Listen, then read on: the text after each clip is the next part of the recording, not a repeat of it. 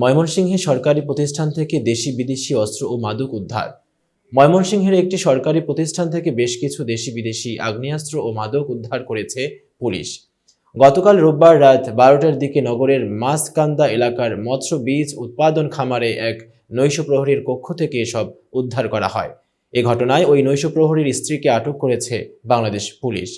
অভিযুক্ত ওই নৈশ প্রহরীর নাম হৃদয় মিয়া, তিনি গফরগাঁওয়ের বাসিন্দা। পুলিশের দাবি, সেখান থেকে অস্ত্র ও মাদক ব্যবসা চালানো হতো।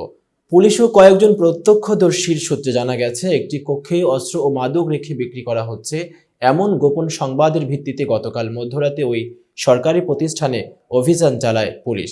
অভিযানে মৎস্য বীজ উৎপাদন খামারের মাস্টার রোলের কর্মচারী নৈশ প্রহরী হৃদয় মিয়ার শয়ন কক্ষে দুটি বিদেশি পিস্তল, একটি এয়ারগান, বিপুল পরিমাণ দেশীয় অস্ত্রসহ বিদেশি মদ, ফেন্সিডিল ও গাঁজা পাওয়া যায়। তবে সরকারি প্রতিষ্ঠানে অস্ত্র ও মাদক রেখে ব্যবসার বিষয়ে কিছুই জানেন না বলে দাবি করেছেন খামারের ব্যবস্থাপক হাসেন আলী। তিনি বলেন, মধ্যরাতে পুলিশের ফোন পেয়ে ঘটনাস্থলে গিয়ে অস্ত্র উদ্ধারের বিষয়টি দেখেছেন। এতক্ষণ বার্তা বৈঠকের সাথে থাকার জন্য ধন্যবাদ। নতুন নতুন তথ্য ও সংবাদ পেতে বার্তা বৈঠকের ইউটিউব চ্যানেল এবং ফেসবুক পেজের সাথেই থাকুন।